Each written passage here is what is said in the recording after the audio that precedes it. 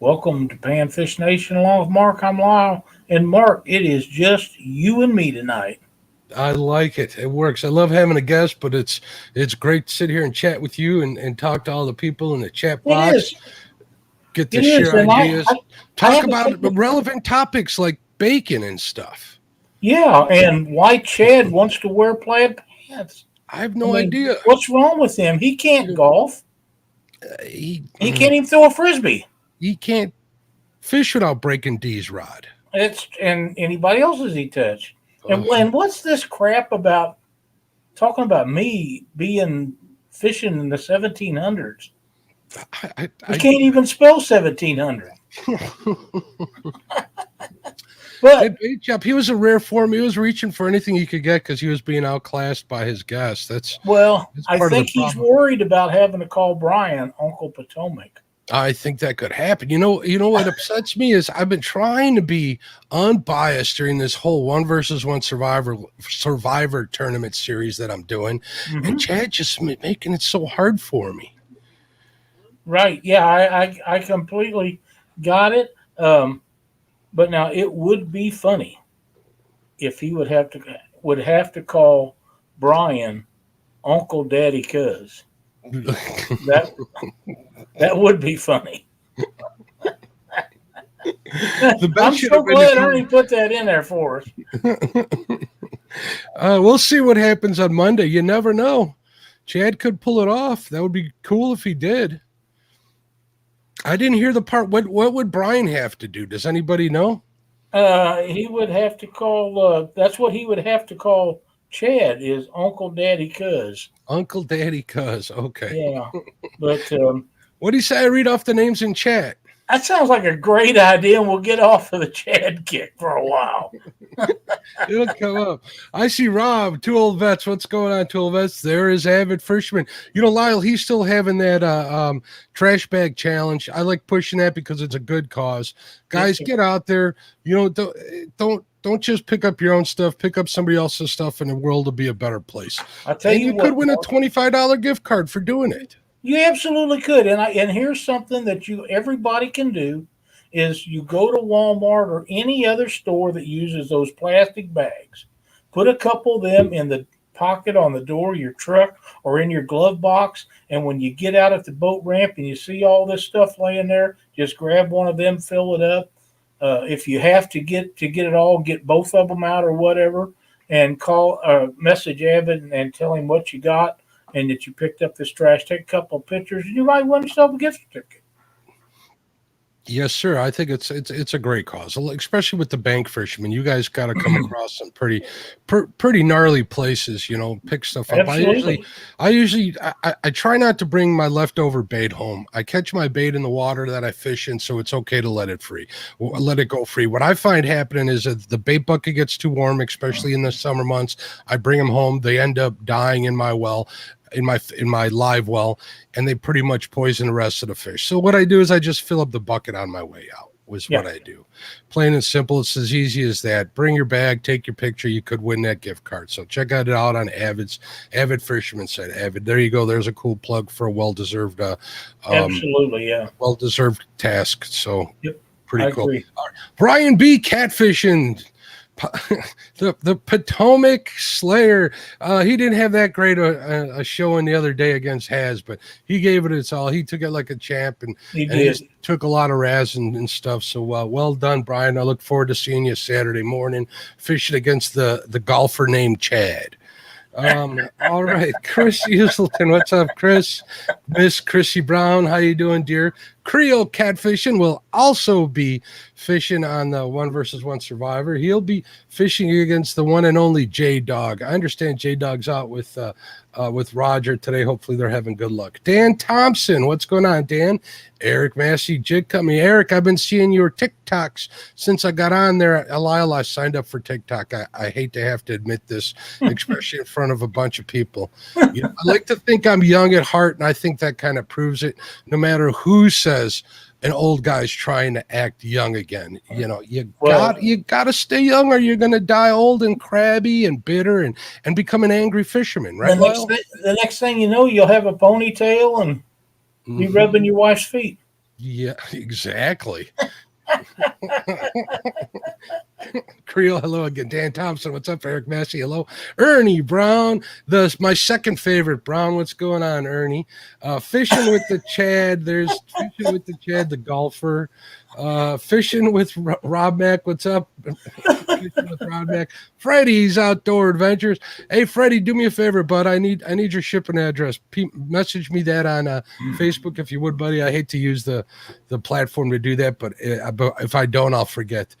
Get hooked on D Fishing. D, my favorite fields. Absolutely. Actually tied for my two favorite fields. The other one's named Alyssa. Yes. And then I'm pretty fond of like Chad's brother, even though I never met him. So that would put Chad in like third. John Boy's Catfishing, welcome. JP Outdoors, what's up, JP? Howdy, Justin. From Justin's Fisher Fetish, please tell Gabby we said hello. Absolutely. Keith Smart, happy to see you back in the chats. I know you've been through a lot. You had mentioned it in Chad's show, and that's a lot to go through. Way to stay strong, my friend. Lance McCougai. Hey, everybody. It's Lance's birthday today. Hey, happy birthday, Lance. Yes, it is. Wish him a happy birthday. Miss Laura Dufour, my favorite Dufour. I love Creole, but anybody that can take care of my boy like that's got to come before him. So, anybody can put up with him like that. Yeah. Holy crap. You know, Cindy's my favorite Stokes too, right? Did you know I'm that? sure of that. Yeah, there's no. Just Cunningham Outdoors has made it in. Oh, excellent. I see Rob over at Mo Creek Fishing. What's up, Rob? He's been taking some really cool photography pictures. He's been sending me. He's been posting some of them online, including one of the adorably cute Miss Sophie.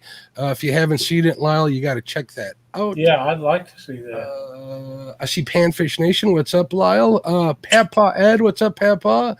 Philip Williams. Sean T Outdoors. We have Sandy from Silver Fox Fishing. What's up, Sandy? I'm going to have to check out Silver Fox Fishing's channel. I've been meaning to. I haven't yet, but I will. I see Sunfish Assassin in there. The great Tim Molina. Van Taylor. Matt over at Want to Be Outdoors. I see Air Run in the house. What's up, Air Run? Brian, Chris, going through the list a second time. Cunningham Outdoors, you had mentioned them, Lyle.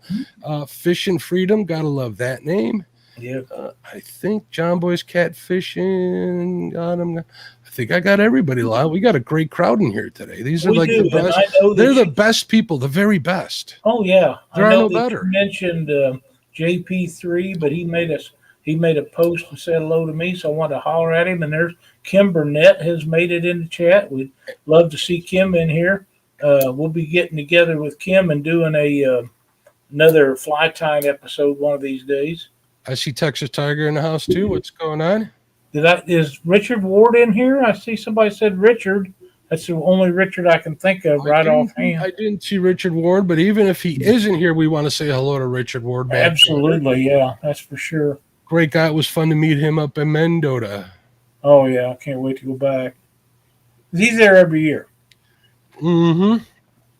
And I think I'm going to be there every year. It's going to turn into one of them things. Yeah, I'm pretty sure of that.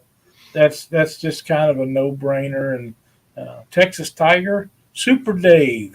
Super Dave, of course. How could I have missed Super Dave? I don't know, and I don't know. I don't see him in here, but somebody's talking to him, and they're still saying hello to Richard. So once you mention a name, everybody starts saying hello. Matt says it's a different Richard. So Betty, hold on a second. I see Betty Cross. We want to wish Betty a quick recovery. She's sick and she's not feeling well. So everybody keep Betty in her thoughts. We won't get into exactly what it is, but we can kind of take a guess. Just know that we're thinking about you, Betty, and we adore you to death. There's Ryan setting hooks and crossing eyes. What's going on, Ryan? Ryan, my October just opened up, buddy. We're going to have to hit the water together. I definitely want to get out there and fish with you, bud. There's Crappy Dave Fish on. I'll get it right in a second. And John Boy's Catfishing. Philip Williams. I don't know how many of them that I'm getting that you already got. That's okay.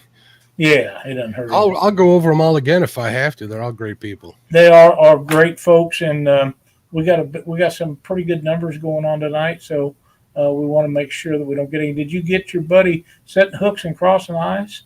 I did. I told him I wanted to go fishing with him. My Oh, October. that was Ryan you was talking That to? was Ryan. Yep. My October, also known as Redbeard. My October plans have just opened up right Now, I've before heard him going into called here. So. Redbeard more than I've heard him called Ryan. Mm. Redbeard is what he's called when he's in a hooked catfishing videos. I believe that's right. what they call him in there. That's exactly right. So we hope that he gets to feeling better, and there's a lot of things going on right now, so we don't need anybody sick, and especially somebody that's a caregiver to so many people. Oh, and you have messages in chat, by the way. I'll look at them afterwards. I just thought I'd let you know. Chris Uselton asked, spring or fall favorite panfish time? Probably you want to be okay. I'm going to be honest here. I like chasing them in the spring more than anything, because in the spring I'm after ice out crappie, and I'm also catching panfish as bait for flatheads. If it's springtime and I'm catching panfish, it's for bait, and that means flathead time. Which brings me to bring up, I went fishing yesterday, Lyle. Ask me how I did. How'd you do? Terrible. I did terrible. I dragged baits for like 7 hours, right? I'm dragging in 5. The Fox is rather shallow. I'm checking. I'll start in my one spot. I started about 6 feet dragging baits. Did that for about 2 hours. Spent 2 hours at like 3.5, 4 feet, nothing. So finally I go and I check a couple of other points and stuff that I know. And I found one, maybe it had been 8 or notice I said had been 8 or 10 pounds in 1 foot of water, Lyle. Oh, wow. Well, we've had the weather drop out, or the temperature drop out here, so I'm thinking that might have had something to do with it. Yeah. I got it to the boat, and I was so tired and so upset that I was just a little channel cat that I was too lazy to grab the net off the front of my boat. I go to boat flip them, and guess what? Yes. After that, I called it a day. There's Palmetto Cats. What's going on, Kevin? How you doing? I see that we had a Rob with 2 old vets has shared our link out. Thank you so much for that. We do appreciate whenever we get our link shared out. The links and the thumbs up and all that stuff helps us get our name to a little closer to the top of the page on the search engines, and that, believe me, that's what we are all looking for. I see that Abbott has broke a 12-foot crappie rod. I thought maybe he had. I should have known that he didn't have anything shorter than that, because Abbott fishes from the back. Likes them long. I don't know how he casts them, but he does. I've seen him do it in live feeds. Yeah, I just I've had them long rods like that, and I've got rid of all of them. I don't like them at all. I can't use them.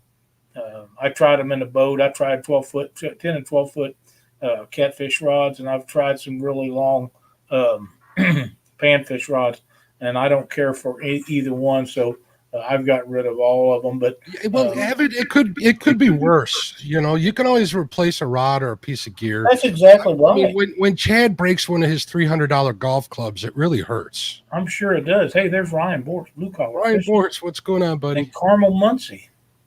Hey, Carmel, how you doing, the buddy? thing about way Abbott fishes from the bank, a lot of times he's wanting to cast long distances, and you'll gain quite a bit of distance with those long rods. Where me in a boat, I just start up the trolling motor. I can move over a little bit and get where I'm going. A huge difference doing things like that. And I understand where he's coming from. It just doesn't pan out for me, but it works for him. Eric Massey says 10 foot is his favorite. And the man does a lot of pan fishing, especially crappie. Alan Pershaw's they're with us, and Jeremy Coben fishing. And Ryan Bortz, blue collar fishing as well. Absolutely. I'm going to say something that might surprise a few people, but I've done some trolling this a little bit last year and a little more this year than last for crappie, right? And it turns out that the rod I'm liking best, now this is going to sound weird, is a 10-foot B&M. It's actually this Duck Commander I have. It's called the Double Touch. For some reason, that light tip on those longer rods when you're trolling for crappie seem to set that hook not more firmer, but gentler. and that keeps them from ripping out of their little paper mouths. It seems to be working. I'm thinking about getting a second one just for that reason too. So I might try that this fall, and I'll let you guys know how that works out. And Chris Uselton has a question. He says, so the spring chasing beds or brush piles? Our beds our bluegill, I kind of leave them on their beds, but I see them on the beds late June actually. So I'm well into the season by then, Chris. So and I don't chase the crappie in the spring on brush piles. I chase them in the flats. When the ice goes out, they're in the flats. They're looking to feed on things other than insects. They're looking to feed on, larger bugs, or even more like fry and such. They're looking to feed on it, and small minnows and stuff. And when I catch them, when ice comes out, you'll find them with bellies full of shad as well. That's right. That's exactly right. Now I do like catching them off of especially bluegill off of their nest. And the thing about bluegill is different from catfish. Bluegill will go back to that nest, or a catfish, once he gets pulled off that nest, he ain't going back. Male or female. And if you don't think that that's true, you can go to the Missouri Department of Conservation website, and that information, along with thousands of articles of other stuff like that, is in there, and they have studies on that to verify that is true. Chrissy Brown says Ernie broke one of her TWC rods. Oh no! Really going to cost him. You should start calling him Chad. Ernie, you can't do that. Mm-hmm. If you do, just don't tell her and get her a new one. I mean, replace it. That's just exactly tell her you cleaned it up and polished it up and made it look brand new, or give her one of yours. You got to do something to pacify the lady of the house. Jewel Vets has a question for me, I believe. He says, what speed are you trolling at, and what depth? All right, now the spot I generally troll for crappie is rather shallow. So what I do is I take a weighted cigar float. Now listen, hear me out. I use that like a planer board without it going to the side. And when I'm pulling jigs, paddle tails, or like Bobby Garland jigs, I'll put them 7 feet below the bobber. And when I start trolling, I try to troll at like 0.2, 0.4 miles an hour, and I'll be able to go right over newly emerging weeds at 0.2 miles an hour. If the weeds are a little taller, I go at 0.4 miles an hour. I've caught them as fast as 1 mile an hour. And that's how I do it. Now, I don't have a long enough run in the general places I fish for crappie to use like an 1/8 ounce, like Betty's been telling me to do. For deeper water, I have plans to do that, and just long line them like her and Jeff Manning do. But I plan on getting on that and trying that this year. Right before winter, I need to get out to Channel Lake here on the chain. They have a couple of deep basins that are in the 30, 35 foot range, if I'm not mistaken. Don't quote me on that. Ryan would probably know better than me, but I'm going to definitely try that. I'm going to see if I can get all 3 rods out there. I'll do one, with a 16th ounce and one with an 1/8 ounce, and see if I can, what depth they're at, one 100 feet behind the boat, 50 feet behind the boat, and so on. So that's pretty much how I go about finding them. If I keep trolling, Lyle, if I keep trolling back and forth and I find them in one particular spot, I'll actually do like SK does and throw a buoy out there, come back, and I'll cast to them if I have to. It sure beats having to make those big wide turns and catch one fish, every 15 minutes it takes to come around and hit them again. Yeah, usually if I got to make a big wide turn, it's easier for me to reel them up and cast them back out after the boat's turn, and faster as a general rule. Mm-hmm. I did see that Justin's Fishing Fetish says that B&M rods that he likes are 12 and 14 footers, and Central Valley Adventures has joined us. Jeremy says he is going to spider rig from his kayak. That'll be cool to see. Chrissy says, it did cost him. I got 2 new Uncle Lou rods and 2 new Abu 7000s. Well, that's pretty good. I want to know where he found those Abu 7000s. They're hard to get. Yeah, they're hard to find right now. All the Abus are hard to get. I've been looking for, how I look for used stuff, especially the Abus, and they're just not out there. I have some new on my shelf still in the box. It doesn't surprise me. Chad says if you break a rod on accident, you have to replace it with a more expensive one, at least in his experience. And yeah, I'm thinking that's probably correct. Matt, I use a cigar float when I'm trolling for crappie. A weighted cigar float. It acts like a planer board, so it keeps the bait out of the weeds and a little bit higher in the column. Depending on how fast you're moving, is uh, basically it just allows you to troll for crappie in shallower water. Is it?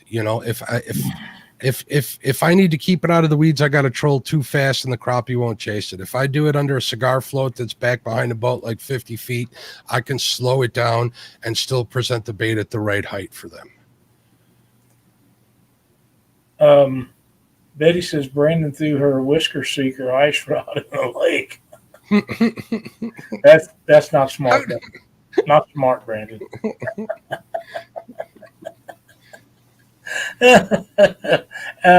I did see another comment in here that kind of goes back to last week or maybe even the week before that Ernie Brown was saying that he was wrapping bacon for the freezer. That's, yeah. I see another question from Chris Uselton. He says, ever use a fly, bubble, and leader with a black gnat and waxworm on beds, Lyle? I haven't. I never find waxworms around our area for whatever reason. I would like to try them at some point. We just this year is the first time I remember finding little red wigglers. Usually it's night crawlers or nothing, which I prefer them because you just pinch off a little bit of them and put it on a hook or tip a jig with it or something, and one worm will last you nearly all day. Chrissy Brown says those reels are catfish specials. Are they the black ones or the orange ones, Chrissy? Orange one, I'm guessing. If they're the black ones, I'm impressed. Yeah, if you can find one of the black ones right now, you've really done something. Hey, there's Frank from Twisted Fishing TV. What's going on, bud? Always glad to see Frank in here. Dan's Creation and Adventures. What's going on? Another person we're always happy to see. So I got a question for the people in chat that they might be able to help me with, Lyle. Okay. You remember last fall when I did my first, this is where the original idea of the 1 versus 1s out there came out. When James Dockery says that he wanted to fish against me, and we decided to do it live. That's where it all started. Yeah. And besides him beating a dock roof to death, I'll admit it, he beat me pretty bad. He even has the counter to prove it, and he reminds me of that every chance he gets. Yeah, a couple times a week usually. Yeah, it was a little later, I believe, than this time of the year. And what happened was my pan fishing slowed down in the fall because I quit chasing flathead with panfish. I'll use shad, right, until the end of the year. Or the end of the season. So what am I doing wrong? Where do I need to be looking for these panfish this time of year? I like them in brush piles and in tall reeds. Mm-hmm. That's how I like to find them. If you can find brush piles, docks are another great place. Just my opinion. Mm-hmm. We have a little creek out here that we haven't been out too much this year because it's been raining 2 or 3 times a week, and it's a mud drive down to the creek, and you can't get in there. I'm afraid of falling and breaking a hip or something. But there's a lot of bluegill and long-eared sunfish and stuff like that in there. And Cindy and I usually go out there quite a bit in the summertime, but we haven't been out there hardly at all this year because the banks are so slick, which is another, I said this before, that's one of the reasons why we don't bank fish anymore is because they're all so slick. Hell, I get down, she can't get me up. So that's how we, things that we think about when we're going like that. But I like brushy areas, reeds and stuff that's sticking up in ponds or in lakes and things. Mm-hmm. Right now, all of our lakes are really low. So most of those are out of the water. So in that case, I'm looking for structure like they use to find crappie. I see Jeremy says bluffs are good for bluegill here for him. I wish we had some bluffs. We do have some rocky shorelines, but nothing like bluffs. I might be going up north next week. Actually, I kind of promised I wouldn't say anything, but to an area where there's a lot of rock bluffs. I'm looking forward to that. I don't know if I'll have time to do any pan fishing, but I'm looking forward to that trip. So Jeremy says those work well for him. Dan Thompson says log jams in creeks. We don't have too many creeks that are fishable. I mean, they'll have little chubs in them and stuff. A few of them you'll be able to find decent sized chubs and suckers and stuff. But I haven't seen too many that have a lot of panfish. I see Twisted Fishing TV says weed edges, fall's coming. They will be on shallow feeding sprees. All right, I understand that, but what happens when those weeds start dying off and they start gassing off? That kind of scares them out of the deep. I was under the impression, at least that's what Brian Brosdale, what Bro was I think you're right about that. Until they do start dying off, they're probably there now. That's where I'm still getting them now, and I did pretty good the other day. I did actually really good. I got like almost 2 dozen, I think, or 26 of them in like 30 minutes. It was crazy. But Cunningham Outdoors said something that makes sense to me, which I'm probably going to try since they're further up north, if I'm not mistaken, right, Lyle? They're in Minnesota? Yes. Or Wisconsin, northern Wisconsin. Isn't he up there? Yep. He says deep water, 12 to 15 feet off the weed beds. Now that I think he might be onto something there. Yeah. That's what the science tells me. Yeah. There is a comment that I've been saving back here from Rob with Two Old Vets. Tim, he's talking to Tim. He says, whenever I got new gear and the wife says something, I always blame Lyle. I want to thank you for that, Rob. That goes along with some of the hate mail I get. Yeah, until she sees you at an appearance somewhere, you're safe. But your day will come, Lyle. Robert Andrews says spillways of lakes. I find a lot of panfish below them. I don't have too many spillways here, Lyle. We don't have very many around here either. We're just in a spot where there's just not any. And if I'm going to drive any amount of time at all, I'm going to take the boat and put it in one of the lakes. I'm not going to fool around with that other stuff if I don't have to. I would do it a lot more if it was free around here, but we've had that talk in private, so I don't know how you do it. I really don't. And I think I've told you this, but I will pass this information on. If you live in an area like I do, where there is tons and tons of Corps of Engineer ramps, and you have to pay, I believe it's $5 a day to use those. You can buy a yearly permit, and for the amount, if you fish very much at all, it'll pay for itself very quickly. Once you turn 65, which I'm not, Chad, you get them for free, and you also can get them if you are a disabled person, and I believe they're free also. But they're reduced rate if you buy them yearly versus the $5 a day. And if you don't have that in your windshield, they're more than happy to pass out tickets for you. And one ticket would be cheaper just to buy the pass. Alan Pershala says North Bluffs might be Mississippi, Mendota, or Devil's Lake. Close. Could be a river. I might be heading up to the Wisconsin River next week. So just so you know, Alan. Fun. Brian B. Catfishing says, can we start a GoFundMe for Chad's rods? Bubble wrap fund. I believe we could. You might have to take off with that, and maybe we all add to it, Brian. There we go. Pat Ed has a tip. He says, I have a big tip for worm users. Put coffee grounds in with them. Works better than anise. I know they'll eat coffee grounds. I know that people that do worm farms, they'll put everything from their coffee grounds to their eggshells in there. They'll put all the bio waste from their kitchen in there, and the worms have no problem with it. So I like the smell of coffee. I don't see why fish wouldn't either. I don't either. Ernie says he's looking for an old Abu 7000.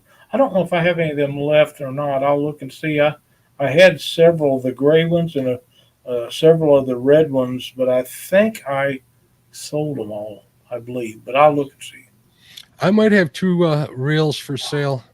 I'm thinking about picking up one of those new Shimano Dakotas to go on a rod that I have coming my way, but we'll see. Something about a $230 reel that's kind of off-putting, but they're so I cool.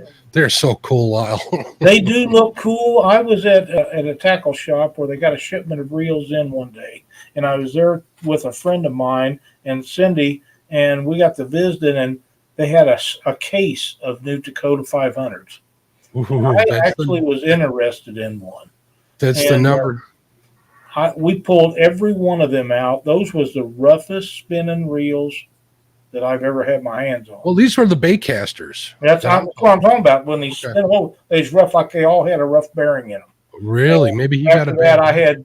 I had zero interest in one. After that, we never, and we took every one of them out of that case, and I never there was none of them that was as smooth as any of my Abus. Really? Now some of my Abus have been gone through, so Uh-huh. but I'm talking about ones that haven't been. But That's they was good. all rough, just like they had a bad bunch of bearings or something. Maybe the ones that I got my hands on were when I went out fishing with one of the local guys here, and they felt like a Swiss watch to me. Maybe they've improved them, or maybe that was just a bad batch. That's what I'm guessing. I just got the ones that he had shipped to him had bad bearings in them. Would be my guess, Mhm. but or not that they was bad, but rough. They was not smooth at all. And I pull them out, and I'd hand them this other guy who fished with those reels. He said all the ones I got are better than this. Hmm. And I said, well, I've lost interest in them. That could be. He understood that, but he said If I get my hands on them and I spend that kind of money and they feel like that when I open a box, that's going right back. I can guarantee. That's what I'm thinking.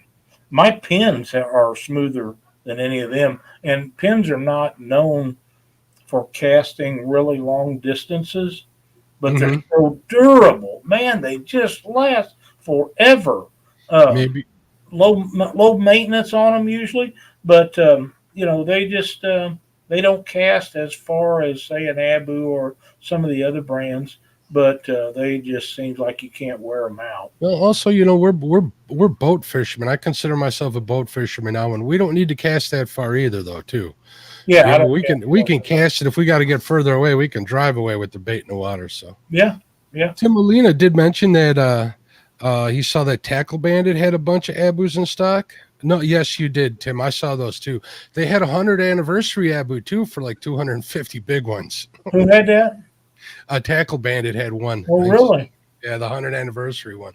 If I got something like that, it'd probably stay on the shelf. But that's just I got a pile of them like that. I wonder if he'd trade for that pin that I have out there. It's about a $500 reel. Only been used a time or two.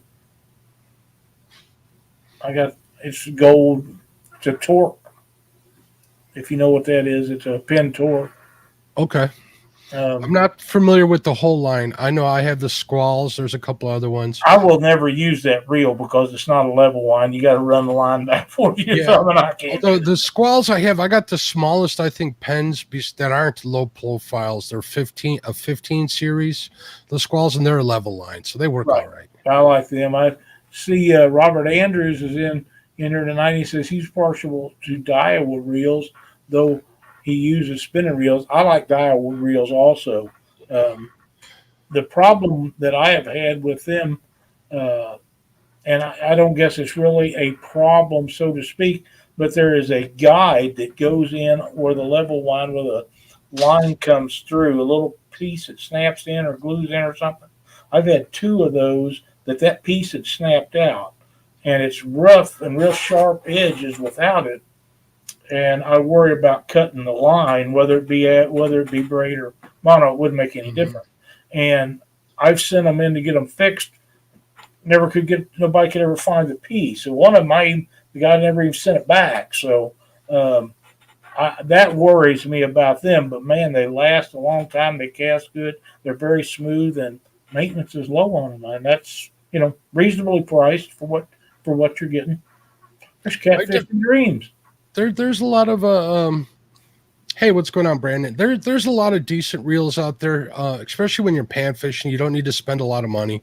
There's no reason why you can't get like a small Akuma, right? Or one of the cheaper clamshell ones that'll work fine, especially if you're vertical jigging for panfish or crappie off a dock or a boat or whatever. You don't need the retrieve. When you want to get into something you have to cast a lot, or you want to get some distance on in a small reel, that's when you want to start considering upping your game a little bit.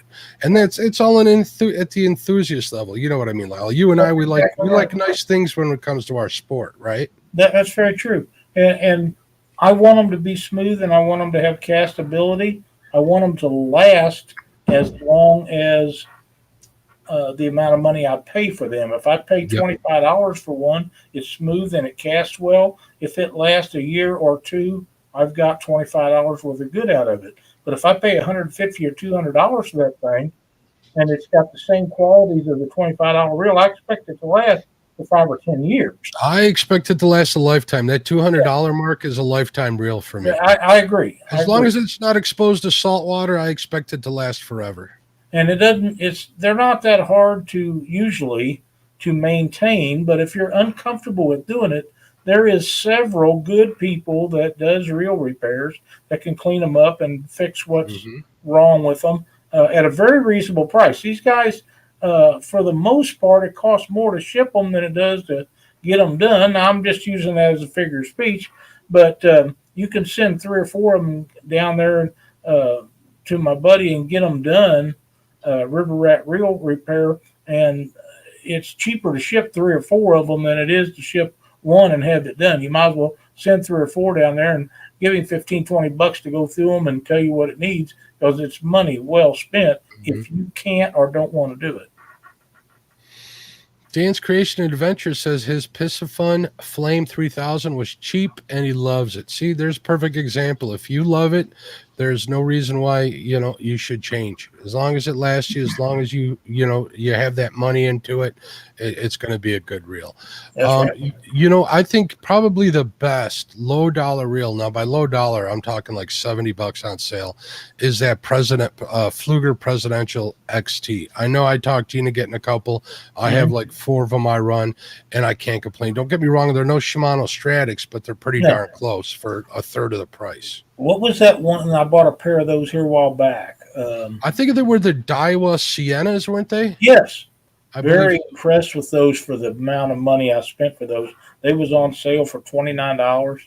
I got 2 of them. They're very smooth. They cast well. Of course, they're on new rods. Haven't actually got to try them out yet, but um, I so far I'm really impressed with those for the amount of money that I spent on them. And I got the 2500 series, and the next time I buy a pair of them, it will be the 1000 or 1500, Mhm. whatever the smaller size is. No, I like using a 1000 reel, Lyle, because it does it. All right, here's the downside to a smaller reel like a 1000, at least for me. The upside. Let's start with the upside. They're lightweight. They're Mhm. small. They're compact. They work like a bigger reel. There's less line capacity, which is fine. I don't need to I cast don't cast them a that far. country mile when you need to. The only thing is, let's say I hook up into a channel cat. Well, you know what a channel cat does to 4 pound test, and they'll take a jig or a fly, just Right now. as if you get it in front of it, it'll take it.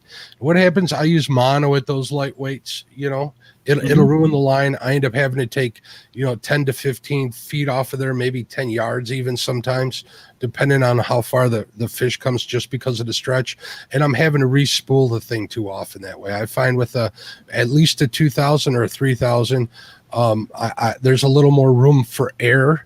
There's a little less line or a little less monocoil that happens with it as well. But that's just me. That's me being picky. Right, and there's a comment here, Robert Andrews, about the Shimano Standards. He has 2 of them on ultralight rods, and they're nice for the money. And they are. They're really nice for what you pay for those.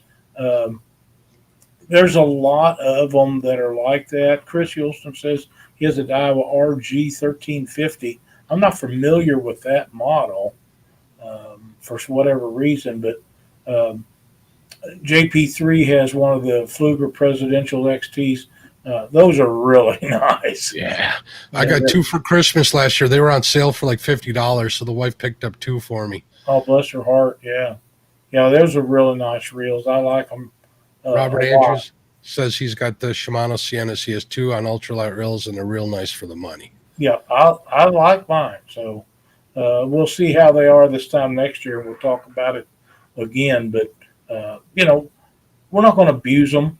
So Alicia says she has a lot of rods and reels, but will never quit throwing the trusty Zebco 33s. Alicia, hello. Sorry we missed you coming in. Alicia is really good at catching panfish.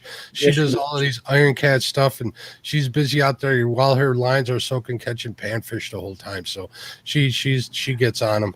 She Yep. enjoys it too, I Well, believe. the 33s, Cindy likes to use push button type reels. So I found some like this one here uh, on eBay, and I bought this one for $11. There you go. You know, and I actually have bought a couple more of them for that hasn't come in, and I'll build rods to go on there because she doesn't like spinning reels. She just not. She can use them, but she don't like them.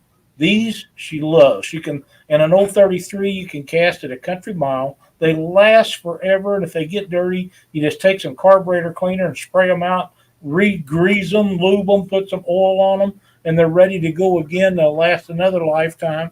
So I got a chance to buy two or three of those for hers that are like new, and that's what she'll be using to catch panfish with. And you can put light line on them, or you can put heavy line on them.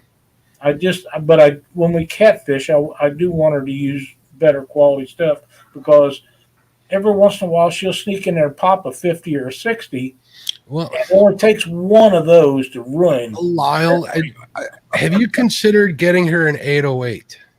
I bought her some 733s. The people have been using the 808 since before people were considering catfish a sport. Before Chad was old enough to not have his butt wiped.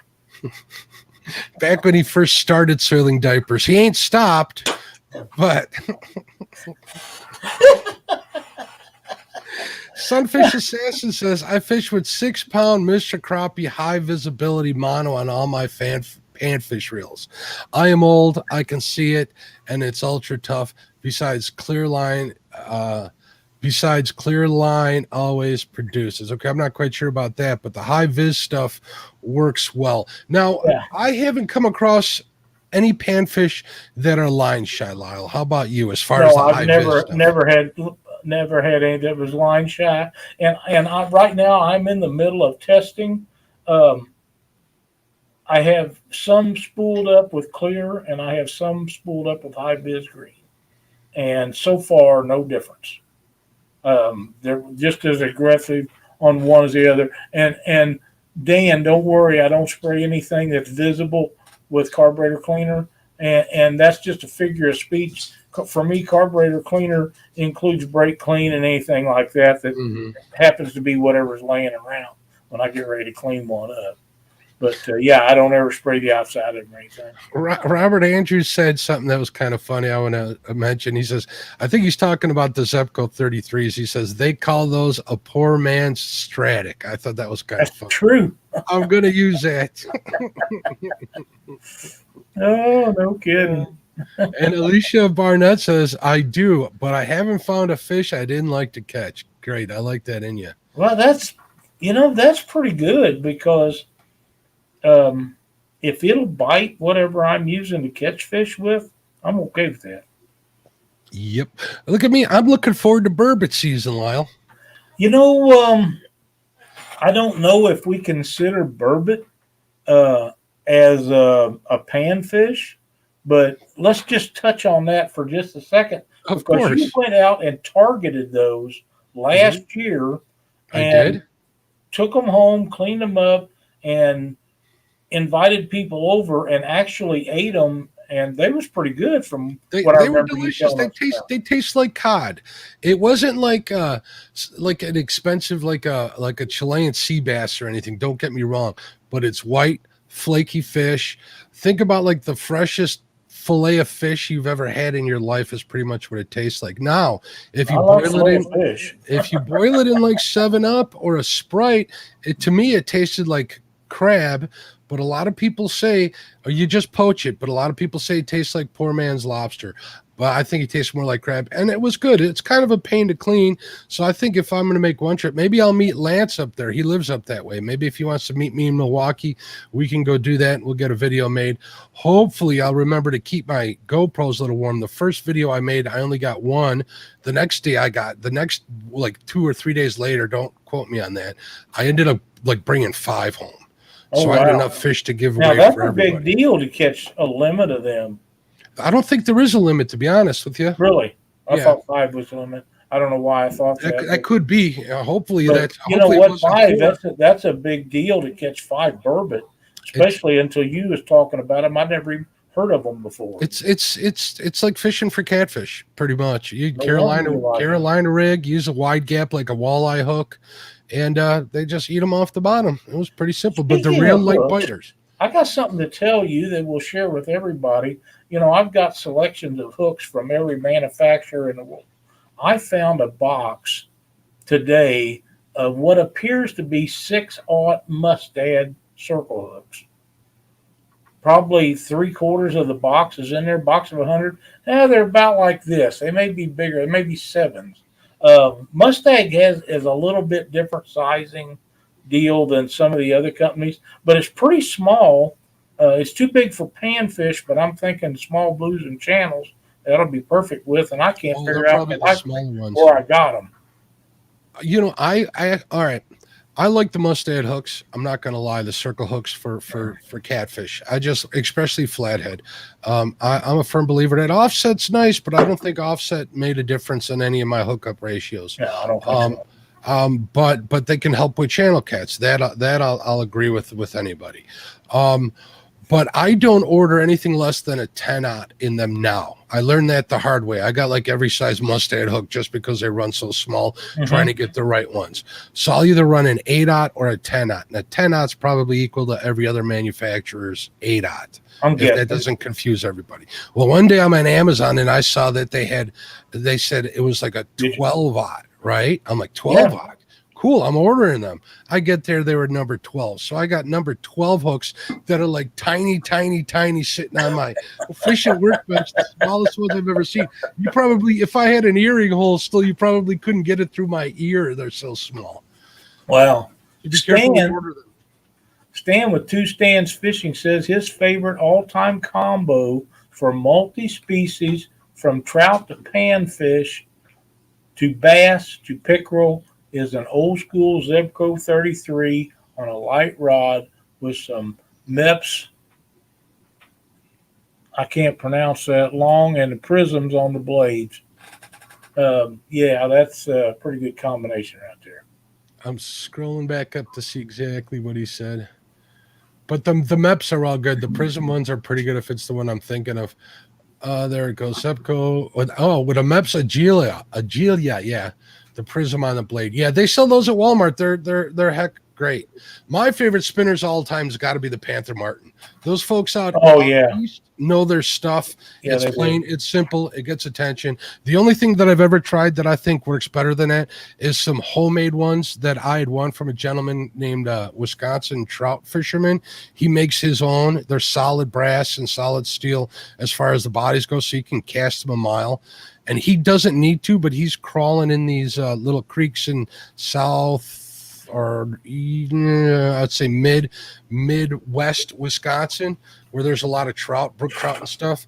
So he needs those heavier weights so he can get them into like brush piles and stuff under tree limbs and stuff. He can side shoot them. But anyway, those are the only ones that are probably compared to him. I see. Catfish and Dreams, his all-time favorite combo is a Gen 1 Quantum Hypercast with matching 7-foot rod with 6-pound Suffolk Siege line. Good stuff. Yeah. Someone said that I have bourbon in my cup. I don't think so. It's just in your what? In my mug. Someone said must be bourbon in there. I go, no. The only reason why I brought that up is because Chad Nolte says, "Hey, Chad, great show tonight, fishing with the Chad." That And makes I'm like, me want he something, must. Frank. I'm thinking he must have bourbon in his cup for saying that. Makes me want something stronger in this water.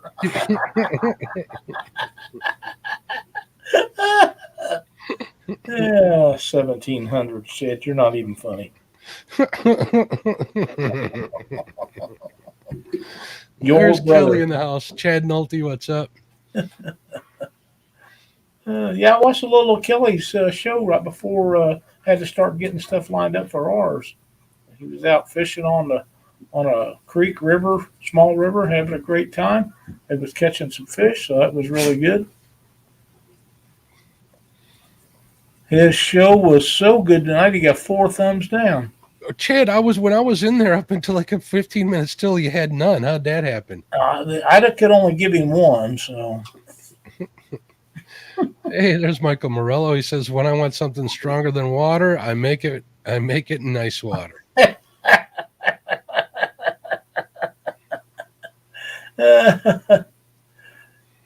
Some bourbon chicken. Yeah, Ernie, I got you, buddy. Here we go. Chad Nolte says he sure does. And now I'm thinking like a Jack Daniel's bourbon barbecue sauce. See, we're getting into the food territory. Here we go. Here we go. Almost made it. We're 10 minutes left here. We're talking about that. We only talked about bacon a couple times. There's another question from Chris. He says, "Do you use any ACC crappie sticks?" I have the 7.5 foot casting. I love them. The only thing I'm finding is when I'm trolling with them, the tip of the rod's a little too stiff, which is why I'm considering getting another one of the Duck Commander double touch B&Ms at 10 foot.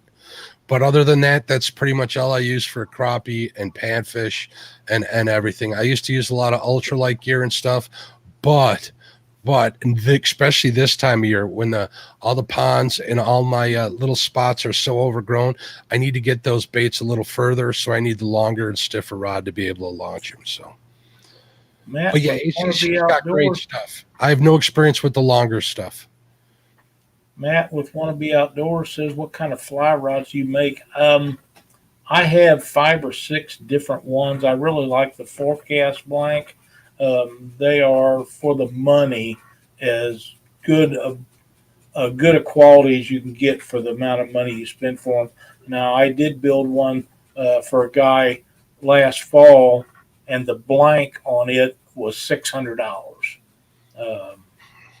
And it was an Orvis, I believe. But, it's pretty expensive blank. Time you get something like that done, your guides bought that he wanted, and the AAA cork and all that stuff turned down, and the reel seat was custom ground by a guy that lives up here in Lebanon. By the time you're doing all that, you're into it for $1,000 or so. But if you go into Alaska 3 or 4 times a year catching salmon on a 13-foot rod, you don't mind spending that kind of money. Tool Vets busted me in a lie. Says, "Mark, as soon as y'all came on, you were talking bacon." Yeah, I guess I did. Freddy's Outdoor Adventures asks, "What is y'all's favorite live bait for panfish?" I have 2, Lyle, and it's red wigglers or red worms, and wax worms. Those for as far as live bait for panfish, those 2 you can't go wrong with. Mine is night crawler pieces on a jig and crickets. I've never tried crickets. I'd like to do that. Dude, they're awesome. Everything eats them too. It's kind of like a night crawler. If you put it on a hook, if you put a night crawler on a hook, something's going to eat it. If you put a cricket on a hook, something's going to eat it. And if you happen to get in where the moon eye's at, you can have yourself a day. Now, when you're fishing with crickets, are you weighing them down, get them below the surface, or are you letting them float on the top? No, I want them down just under the surface a little ways. Okay. I like them on a float, small cork float. Mm-hmm. And, I just like them however deep the fish are. If the fish are a foot underneath the surface, just get them down there. I'd love to try them on the surface. I like to see them pop whenever that happens. Maybe I'll do that in the spring. Which we don't have crickets around here. We have some grasshoppers, at least over by my folks, but I don't see too many of them here by my house. So I got the little turds coming underneath my garage door. They're coming in, squeaking and making all kinds of racket. But Ernie, I have never fished with a wax worm just because there's none of the places around here that I've ever seen them in any of the stores, or I try them. you can get them shipped to you, Lyle. I never thought of that, but I probably could. Might have to do that. But when we get the crickets, we get them in. They come in a little cylinder looking thing. There's 100 in there. That's how we get by them, and they're great. Yeah, Chris brought that up again. Someone mentioned it last week. It says pet stores still cricket. Maybe I'll try them. Yeah, we talked about that's for sure. Yeah, I had forgot about that, but that's one thing Springfield's not light on is pet stores. There's plenty of them, and they're $9,000 puppies. So I'll just get it from the pet store, Mr. Gadget. Hello, by the way, and thanks for the offer. If I get a tube of crickets in the mail and my wife goes to answer that mailbox, there's going to be hell to pay, so don't do it. And the address on my YouTube channel page is pretty much my P.O. box. They might not appreciate it either. So. Oh, man, it'd be funny if they got out in the post office. Freddy's Outdoor Adventure says, I float them with no weights when bank fishing, but from the boat, I add a tiny lead shot to them, let them drop down to the brush. Both ways work. And that's what I'm talking about. Just enough to get them down to whatever depth that you want to fish at. And slip floats or the spring type, either one, work well for crickets. It doesn't seem to make much difference. So we're right here like 56 minutes in, it looks like, and I want to make sure that we mention Betty and her 80-pound blue cat. Yeah, we haven't really talked about that tonight, and that was a giant fish. It's probably longer than she is tall. It was a great fish, and I don't know that Betty was any more excited about it than Chad was in the other boat when we was live. He was infatuated with that fish, and for him to be that wound up over it, we knew it was going to be a good one. It was a huge fish, and I also want to mention something I don't want to let just slide by. She caught it while listening to my show.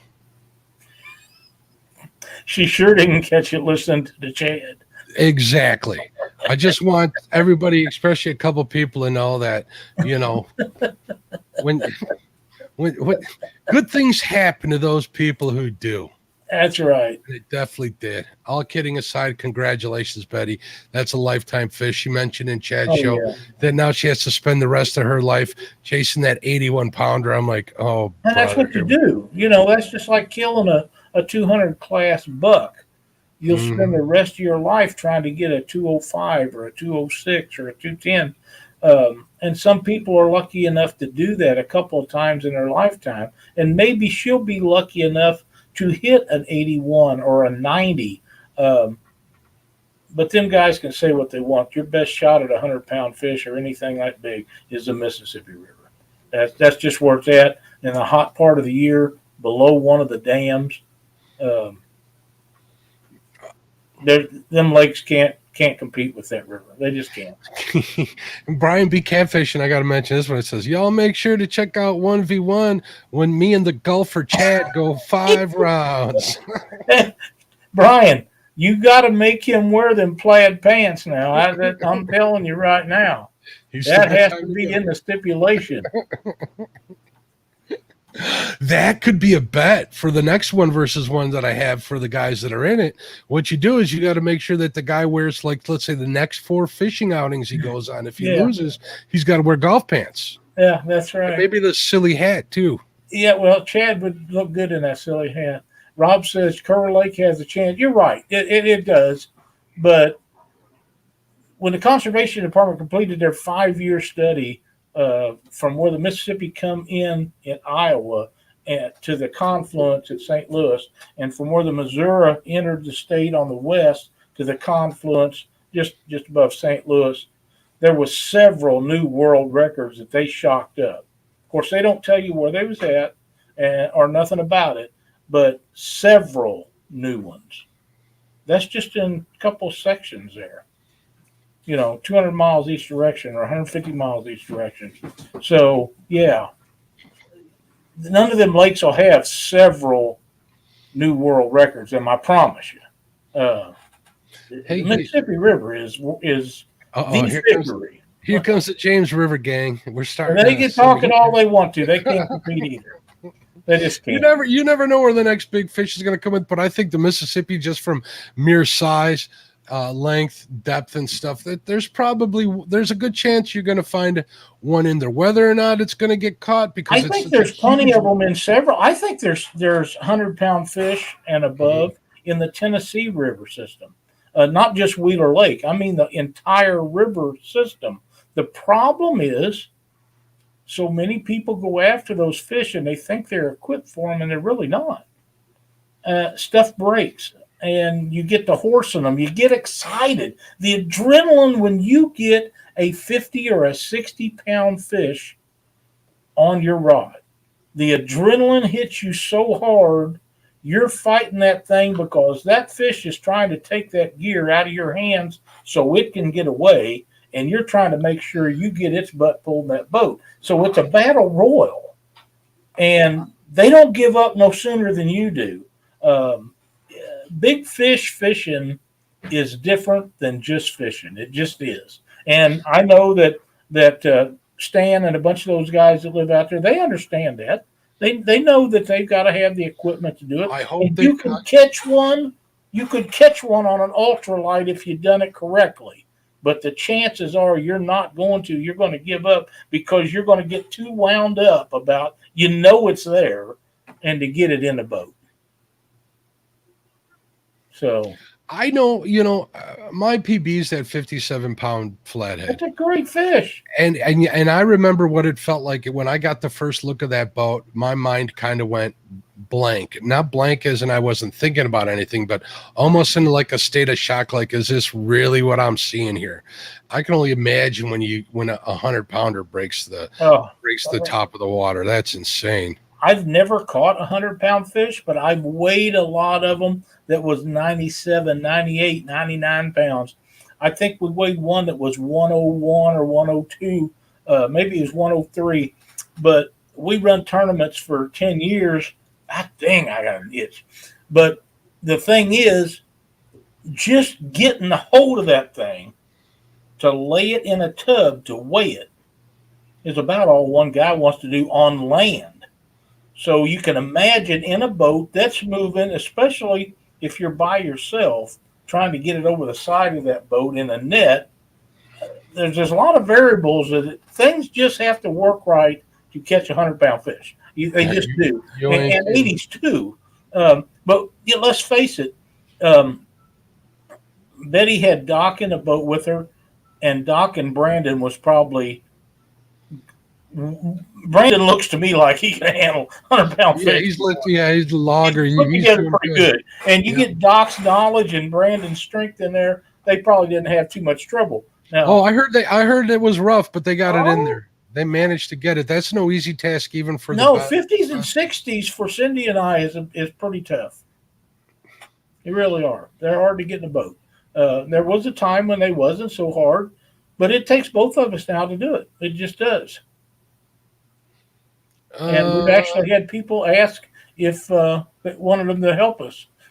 So far, we've not had to do that, but at some point we might. There's Dee. Bless her heart. Dee got some big fish in the last week too. Congratulations, Dee. She did, and well deserved. And I'm glad she got to catch that 30 or whatever it was on her birthday. That was really cool. I get so happy when the good people in chat or my friends do well. That makes me happy in life. Oh, me too. And I like to see the people that's out. I've been watching a couple of guys at night, and they're not catching the giant fish that you and I are talking about, but they're catching good quality channel cat or really nice blues. And sometimes they're fishing from the bank. Sometimes they're in boats. I enjoy watching those. I'm going to tell you, and you know as well as I do, a 15-pound channel cat is a great fish. I don't care where you're at, and I like watching them guys catch them, um, especially if there isn't anything else going on. It took me years to beat my 11-pound PB channel cat. Years, Lyle. A long, long, long, long time. And then once I did it, was 14-pounder. And then up in Mendota, I got up to 17. I'm going back next year. We're going to get better. So at least Yeah. I got that to look forward to. But a teener channel cat's a good channel cat no matter where Oh you go. yeah, There's always yeah, exceptions. and I don't ever think that I'll ever catch anything bigger than that 29.9 channel cat I caught in Cherokee a few years ago. That's as good a trophy as I could have ever caught. I'm going to get a 30-pound and 1 ounce just for you, Lyle. Well, there you go. I'm going to name him Lyle when I let him go. Well, I would love to catch a 30 because I know there's 30s in them lakes. But 29.9 is close enough. If I never get a 30, I'll be okay with that. I consider that close enough to a 30 to count. Uh, and I got James Dockery, but his was only 27. Chris has a question here. I'm trying to understand. It says, remember, if your lake is still stratified with the oxygen layer, then fish over deep water around halfway down or slightly up from that. Right, Lyle and Mark? That would make sense. That makes sense to me. Yeah, absolutely. They're not going to stay. They'll go down into where there's no. It's been proved they'll go in down past where the oxygen levels are depleted, but they don't stay They there. don't stay very long. No, they come They right don't back stay out of there. And I don't. If you don't see them down there and you see a thermocline line on your depth finder, there's no sense of fishing there because the majority of them, you're playing the odds, and the majority of them is going to be above that line. You might get one or two down there, but like you say, they won't be there very long, and the majority of them is going to be above there, and that's where you might as well fish is where your odds are the greatest to catch one. But Frank, Twisted Fish got it made. Fred's saying, I have heard you can walk around the Red River and pick up giant channel cats just laying around in the drought they're having. Oh, that's unfortunate. Oh, I hate to hear that. Because when we fished the Red River, of course, it was on the United States side, and I want to go to Lockport on the Canadian side at some point. But we caught a lot of fish up there, but we didn't catch nothing like we caught. I'm going nowhere near Canada. Huh? I have no inclination to go anywhere near Canada. Well, right now I don't either, but at some point we're going to get past it. I hope we get past it because I'd love to head up there, but it sounds like it would be a nightmare getting over and staying in there. So I'm not. Mm-hmm. All my trips are going to be planned around here. Betty says, if you ever learned anything about trophy catfishing, learn this: patience. Forcing a fish will guarantee a loss. That's correct. I caught it on a spinning reel too, which shocks people. Thanks for the shout out. Well, Betty, the spinning reels that are available today are way better quality than they ever was when we was younger. Not so much you being younger, but me and Mark.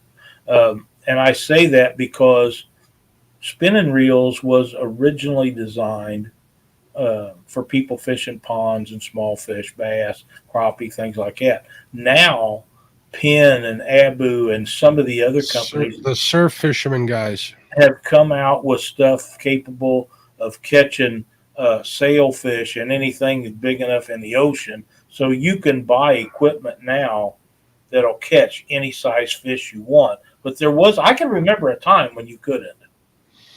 There's spinning reels out there with 30 pounds of drag. Yeah, and I can't see any reason for that. Yeah, you don't really need it unless you're using a broomstick for a rod, but you're ocean fishing. But still, it's out there, and the drags. It's a little different on a spinning reel, but they're up there. The quality's up there. They are. They're great, but it's just like anything else. You will pay for that quality, but you should be okay with that. If you want the best stuff, you should be willing to pay the best price to get it, and that's just my opinion for what it's worth. I would never I have a Pin Fathom. I consider one of the top reels on the market at any price. The thing I don't like about it is when you start reeling, it don't engage. You have to engage it. Manual gauge. Yep. That's something I can get over. I've used it for years. Cindy bought it for my birthday one year. I love that reel, and it's got a ton of drag, but I never use over 8 or 10 pounds of drag. Just don't. I don't see no reason for it. I have a theory, and I've told this to a lot of people. If you let the action on the rod do its job and the drag on the reel do its job, you'll never break equipment. You just won't. Easier said than done, boss. Hey, there's Mike Irwin. Hey, Mike, what's going on? Glad to see you in here, Mike. But yeah, and See, Betty got that fish on an Akuma Avenger for the win. And remember, those Avengers are cheap reels. Not cheap as a bad, but cheap as in price. Yeah, they're not expensive, but from everybody that I know of has got one like them. You know, I can't think of it. Now, here's a way to, one of the things that I remember when I first started hearing about Avengers, Dee and Chad had bought a couple of them and give to Chunky. Yeah, I remember that. And then was when I first become aware of Avengers. I was aware of some of the other Akumas that they had, but the Avengers I just become aware of them. And yeah, they say that, and he loved them. And I'm at this point, I'm guessing Betty's pretty proud of hers. Freddie's Outdoor Adventures wants to know favorite line weight for panfish, 4 or 6 pounds for me. Yeah, in the winter, I use 1 or 2 pounds through the ice, but I won't use that in the summer. If I'm vertical fishing, maybe I would try it. I know Richard Jean loves that 2-pound test. He uses it quite a bit, but he's also using those old school fiberglass Eagle Claw rods that are like noodles. Yeah, they got a lot of. So don't let him fool you. He is using the rod, and he's using the drag set really light on some of those older reels. And if you notice, he uses reverse on some of those old reels that he uses. So he's seasoned like Lyle and myself. He knows how to operate the stuff, and he catches enough fish to where it's second nature for him. Or me, I don't. It's still, I'm not that good. Muscle memory isn't all there when it comes to reverse gear in it. So yep, I prefer 6 pound, but in the wintertime I might go down to 4. But I don't ice fish, so rarely I see a need for me to go under 4 pound. And here's something that we should have talked about earlier, probably, Mark. Is the clear line versus the high vis stuff. We should have given a little more time to that. I originally thought clear line was the action, but so many times when these fish bite and they're in finicky mode, I like the high vis stuff because I watch the line more than anything else. Mm-hmm. And when it moves, that's when you're getting some action. And if you got clear line, a lot of times, especially on cloudy days for me, you miss it. You can't see it move. Yeah. And you know what? I fish in gin clear water a lot of the year, unless there's rains that happen, then it'll dirty up. But a lot of my crappie fishing happens in clear water, and they don't care. So I need to be able to see that line, whether it's in the sun or whatever. So you're absolutely right about watching the line. And that's something that Babe Winkleman actually spent some time talking about when he was on the show, remember? That's exactly right. Betty says, I've always loved my Avengers, but I kissed that reel that night. I'm pretty sure you did. Betty, you should take that reel off of that rod and put it on your put it right next to a picture of that fish and keep it as a keepsake. That's what I would do with a fish that size. Yeah. I know that fish was released, and rightfully so. It should have been something like that. I have often thought that I would get a replica made of my big channel cat. I have the dimensions for it and everything where I could do that. But they're so damn expensive. I really would like to have one of them, and then I'd like to get a really nice blue. You get a major waterway record. Let's say I beat the 73-pound flathead here on the Fox. I think it's 73 pounds. Wow. I think I can probably come up with a sponsor to pay for that mount, Lyle. What do you think? Oh, you might. I'll put their name on all the advertisement with it. I'll let them drive it around. I didn't realize you had 73 was the. I think that's what the Fox River record is. Don't call it's either 73 or 78. I don't know. I have to look. But that record could be up north too. I'm not sure. Yeah, it could be. Brian B says, "Can you all tell Chad to leave me alone? He's sending me video. I hope they're not new to you, You're Brian." gonna have to report him to HR for harassment. Yeah, you are. I'm Direct all complaints to d@fishingwiththechad.com. I'm guessing he's got them plaid pants on and probably half the cheeks of his butt showing or something. You just don't Family know. show, Lyle. Family show. Oh, that's boy. There's something wrong with that boy. I got to tell you, Three Mark, plus one in the house. What's going on? I think that's Larry. if Chad sneaks in there and happens to get by Brian this weekend, we ain't never going to hear the end of that. It could happen. I got to stay neutral. It could. I like to see. Okay, I'll say this though. I like to see dreams come true, Lyle. How's that I do for too. I do too, and I wish them both the very best of luck. I do think that Brian's probably fishing in a little better water, has a little bit better fishing water to be in. But Chad's desire to win is way up there right now. It really is. He's wanting to win that pretty bad. Even if it means he's got to wear plaid pants the rest of his life. Hey, Larry, how you doing? Fishing chick. What's up, Lisa? How you doing, dear? Hey, good to see you in here tonight. You almost missed us. We got 42 people in here listening to us rant on about nonsense, Lyle. How about that? That's pretty good. I would like to. Do you know how to do the polls in here? I do. I can't do it because I am not a moderator. If you actually go into the actual page, and right next to where I don't know, maybe you know what? Maybe you need to have 1K. Oh, you might have to. I bet you do. All the reason why you people need to spread the word about Panfish Nation. Let's get Lyle's channel up to 1,000, and we'll go from there. I'm looking here. Let's look at what you got now. I'm seeing 515 subscribers. That's pretty good. We're chugging right along. I don't see why we won't get up there pretty darn soon with the help of all of these people here that we really appreciate. It will happen. So yeah, we was hoping to make it by the end of the year, but if it's after the first year, that's okay. But if I could get to do a poll, Michael Williams, welcome. I would set one up to see what people think about whether they, far as what line everybody uses to catch panfish, or set up a poll for what. We can do that on the Panfish Nation page on Facebook, and they can add it to their too, and we can have them let us know what their favorite line is. Whether it be clear or bright, different things like that to get some input from people to see if they're along the same line wavelength of thinking about things that we as we are. Hey, there's Michael Williams. Welcome. Thanks for stopping in and saying hello. Thank you, Stan. Hey, there's Van Taylor.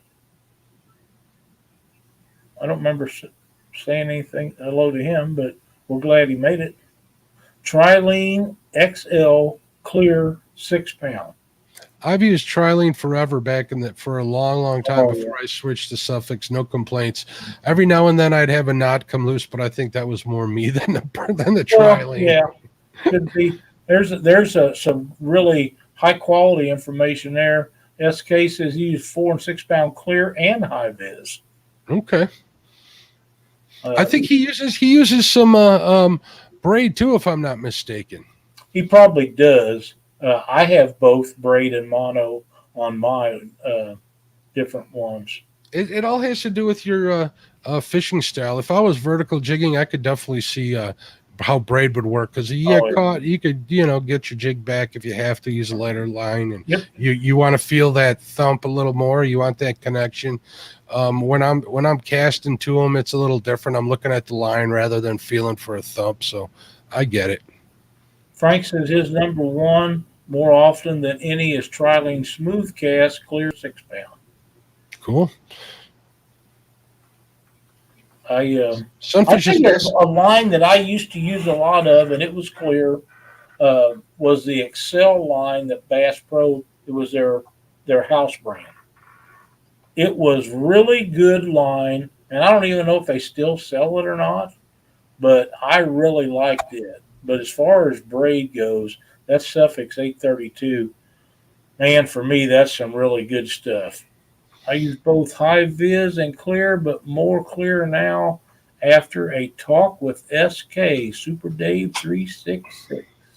That would be the man to say. He says he uses clear and high vis, so I guess Yep. it does depend on the conditions. At least in that part of the country, it does definitely. Yeah, and he's down by Houston, Texas. And by the way, SK, we're glad to see you in chat and know that you're feeling better. I think you've been back doing your shows the last couple of weeks, and we're really, really glad to see you. Robert Andrews says, Mr. Crappie, 6 pound clear. That Mr. Crappie, a lot of people swear by it. I've never used it, and I have too much Suffolk sitting in my garage to buy even more. Yeah, I even wanted to try Cajun. Everybody keeps talking a lot of good things about Cajun line. I just don't have the equipment, the time, or the amount of gear to do it without having to throw a bunch of stuff out. my now I've not ever used any of the smalls 4 or 6 pound Cajun, but I have used some of the real heavy duty stuff for catfish rods years ago, and the memory on that was god awful. Kind of like Stren, which Chris just said use Worse. it, and Stren's bad too. Okay, It's all worse. right, then I'll stay clear. What I done with it was put 8 ounce weight on it and let it out on the Mississippi River and take off with the boat till I was almost out, and then reel it up wet. That helped, but it didn't fix it. I mean, that was just a guy told me to try that, and I did, and it did help with that because it's stretching it while you're reeling it up in with that weight on it. And I actually think I was using 10 ounces, but it helped. It made it cast better. But yeah, it's not a lot of memory. I could go on for a while here now that we're talking about fishing line. Okay, well, last thing I'm going to ask you about, Lyle. Any experience with that Real Magic? You know, the stuff in the spray can that you spray on your stuff? I have used that in the past when I was bass fishing. How you doing, Eric? What's going on, Eric Burnside? How you doing, bud? But I haven't used it since, and I have had no need for it yet with the panfish stuff, and with the catfish stuff, I never did need it. But when I was bass fishing, I did use it. And I believe it did give you more castability. I think so too. I have used, well, basically it lubricates your mono, so it's going to come off the spool more. The only time I would ever use, or easier would have used it, was on spinning gear. And what I've noticed is if the line was cheaper, junkier line, it would work better than if it was high quality line that didn't have that bigger problem.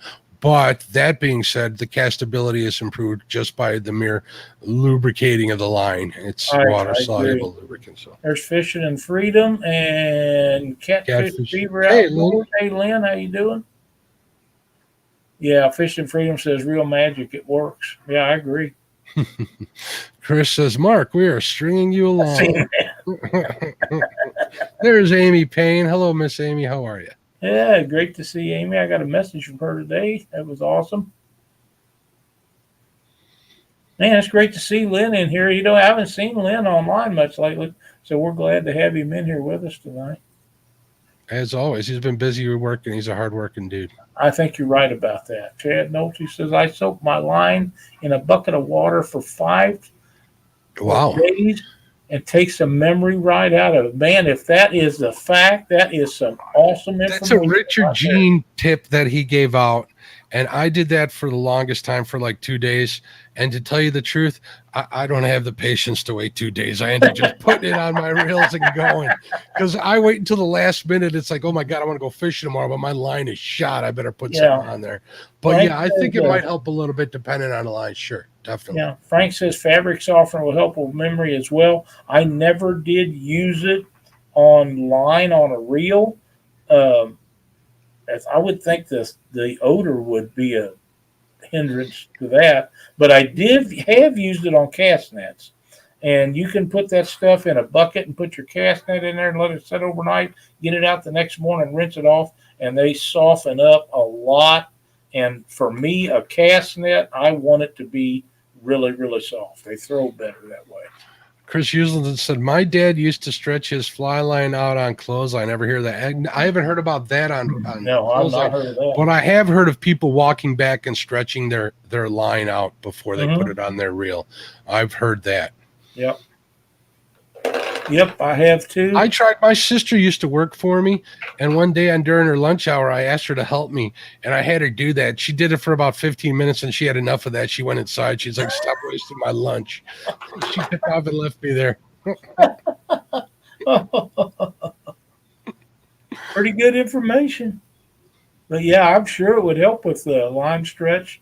But I'd just be concerned about the smell. Stan says we've used it on cast nets. Softeners work well on cast nets. Yes, it does. And just overnight, and then those are off. The idea is that it's going to sink fast enough that they're not going to get out from under it anyhow. So it doesn't matter if it smells, you know. Yep. And if it's not getting down that fast, you need to add weight to it. They can't smell it coming. That's right. That's 100% correct. 100% correct. Mark, we're running on quite a while on here tonight. It's almost 9:30. I'd say we probably ought to shut her down for the evening. What do you say? We get carried away talking about things we love, and we do. You know, whether it's panfish, catfish, or bacon, it's easy for us to do. We still got 46 people watching, and we thank you guys so much. Be sure to like and subscribe and share this if you don't mind to all your friends, and I can't wait to get back here next Thursday night, Mark. Me too. Can I get a plug in here? You can. I want to remind everybody that 1 versus 1, the semifinals, is this Saturday morning at 7 a.m. Central Standard Time, 8 a.m. Eastern Standard Time on my channel, Catfish and Crappie, easy to find. Come on in and check it out. We got some good matchups. We got J-Dog versus Creole, and we got Brian B. versus Chad the Man. Hey, there's Uncle Jeep. He says bacon, ? Check it out. I'd love to see you guys there. Hopefully I can keep you entertained. I just got a refill on my coffee supply, so I should be in a pretty good mood come Saturday morning.